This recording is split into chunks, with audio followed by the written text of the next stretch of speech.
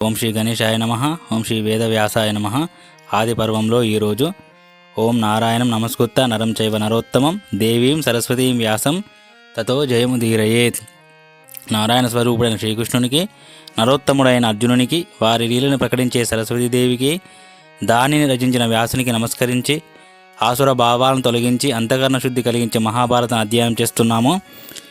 దేవయాని మాటలు విన్నాక శుక్రాచార్యుడు ఆ పైన ఎలాంటి ఆలోచన లేకుండా వృషపర్వుని కొలువు కూటానికి వెళ్ళి క్రోధంతో, రాజా, అధర్మం చేసిన వాడికి వెంటనే ఫలితం కనపడకపోయినా అది మెల్లమెల్లగా అతని మూలాన్ని హరించివేస్తుంది. ఒకవైపు మీరంతా బృహస్పతి కుమారుడు, సేవా పరాయణుడు అయిన కచుణ్ణి హత్య చేశారు, మరోవైపు నా కుమార్తెను వధించే ప్రయత్నం చేశారు. నేను ఇక మీ దగ్గర ఉండను, మిమ్మల్ని విడిచి వెళ్తున్నాను. నీవు నన్ను వ్యర్థ ప్రలాపి అనుకుంటున్నావు, అందుకేనా తప్పు చేసిన వారిని దండించకుండా ఊరుకున్నావు అని అడిగాడు. వృషపర్వుడు చేతులు జోడించి, గురుదేవా, నేను మిమ్మల్ని ఎప్పుడూ అసత్యవాది అని గాని అధర్మపరులు అని గాని అనుకోలేదు. మీరు సత్యధర్మపరులే. మీరు మమ్మల్ని విడిచి వెళితే మేము సముద్రంలో దూకి చావాలి. మీరు తప్ప మాకు వేరే గతి లేదు అన్నాడు. అప్పుడు శుక్రాచార్యుడు, ఇదిగో చూడు, నీవు సముద్రంలోకి దూకి చచ్చినా సరే, ఎక్కడికి వెళ్ళినా సరే, కానీ నేను నా గారాల పుత్రికి అవమానం జరగడం సహించలేను. నా ప్రాణాలన్నీ ఆమె మీదనే. నీవు నీ మేలు కోరితే ఆమెను ప్రసన్నం చేసుకో అని చెప్పాడు. అప్పుడు వృషపర్వుడు దేవయాని వద్దకు వెళ్ళి, అమ్మా, నీవు కోరిన కోరిక తీరుస్తాను, అలుకమాను అని ప్రార్థించాడు. అప్పుడు దేవయాని 1000 మంది దాసీలతో కలిసి శర్మిష్ఠ తనకు సేవ చేయాలని, తాను ఎక్కడికి వెళ్ళినా తన వెంట రావాలని అడిగింది. వృషపర్వుడు శర్మిష్ఠకు దాది ద్వారా, నీ జాతికి మేలు చేయి, శుక్రాచార్యుడు తన శిష్యులను వదిలిపోవాలని అనుకుంటున్నాడు, నీవు దేవయాని కోరిక తీర్చు అని కబురు పంపుతాడు.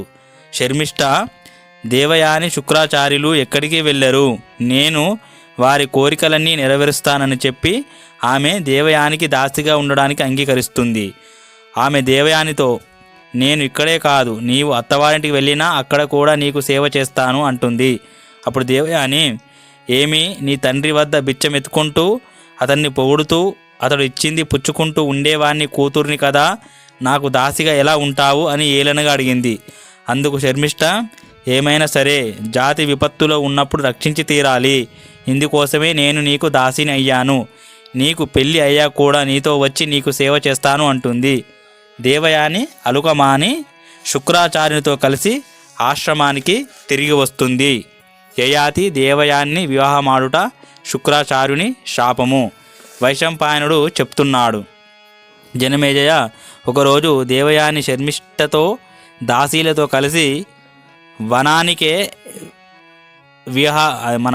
విహారానికి వెళ్తుంది. ఆమె విహరించే సమయంలోనే నహుషనందనుడు యయాతి కూడా అక్కడికి రావడం తటస్థిస్తుంది. అతడు బాగా అలసిపోయి దాహంతో ఉంటాడు.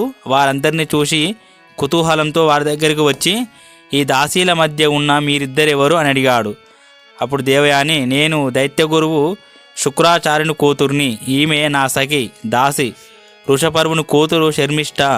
ఈమె సర్వదా నాకు సేవ చేయడానికి నా వెంటే ఉంటుంది. ఈ శర్మిష్ఠ దాసీలతో సైతంగా నేను మీ అధీనురాలిని. మిమ్మల్ని నేను నా పతిగా వరిస్తున్నాను, మీరు కూడా నన్ను భార్యగా స్వీకరించండి అని చెప్పి ప్రార్థిస్తుంది. అప్పుడు యయాతి, శుక్రనందిని, నీకు కళ్యాణం అవ్వాక నేను నీకు తగిన వరుడిని కాను.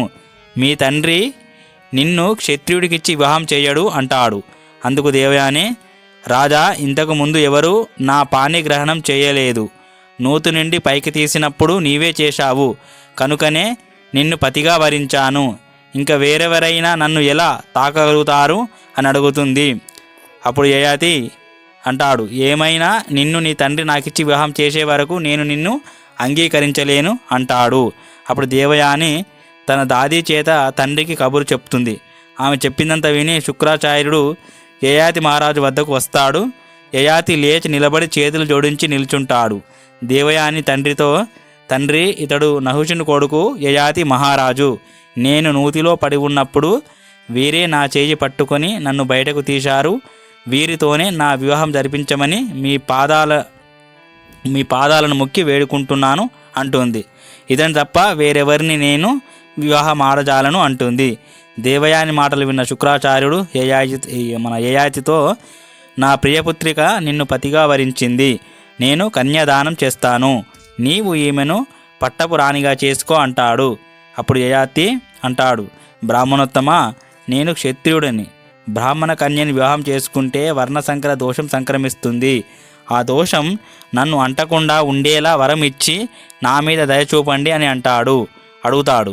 అప్పుడు శుక్రాచార్యుడు అంటాడు, నీవు ఏమీ చింతించకు, నీ పాపం నేను పోగొడతాను, నీవు ఈమెను స్వీకరించు, ఈమెను భార్యగా పొంది ధర్మపాలన చేస్తూ సుఖాలు అనుభవించు నాయనా.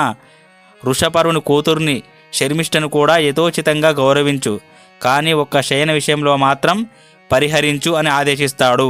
అనంతరం శాస్త్రోక్తంగా దేవయాని వివాహం జరుగుతుంది. శర్మిష్ఠ దాసీలతో సైతంగా ఆమెను యయాతి తన రాజధానికి తీసుకువెళ్తాడు.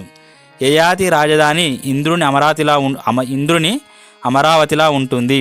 అక్కడకు తిరిగి వచ్చిన యయాతి దేవయానిని అంతఃపురంలో ఉంచుతాడు. శర్మిష్ఠ ఇతర దాసీలను దేవయాని అనుమతితో అశోకవనంలో ఉంచుతాడు. అక్కడ వారికి నివాసం కల్పించి అన్న వస్త్రాలు ఏర్పాటు చేస్తాడు. రాజోచిత భోగాలతో అనేక సంవత్సరాలు గడిచిపోతాయి. దేవయానికి ఒక కొడుకు పుడతాడు. ఒకసారి అనుకోకుండా యయాతి అశోకవనానికి వెళ్ళి అక్కడ శర్మిష్ఠను చూసి ఆగిపోతాడు. రాజు ఏకాంతంగా ఉండడం చూసి శర్మిష్ఠ అతని వద్దకు వెళ్ళి చేతులు జోడించి, చంద్రుడు, ఇంద్రుని, విష్ణుని, యమవరుణ భవనాలలో ఉండే స్త్రీల నేను కూడా ఇక్కడ సురక్షితంగా ఉన్నాను, నా మీద ఎవరి దృష్టి పడదు, మీరు నా కుల శీలాలను అందచందాలను ఎరుగుదురు, నాకు ఇప్పుడు ఋతుకాలం, దానిని సఫలం చేయమని వేడుకుంటున్నాను అంటుంది. ఆమె ప్రార్థనలోని ఔచిత్యాన్ని గమనించి రాజు ఆమె కోరికను తీరుస్తాడు.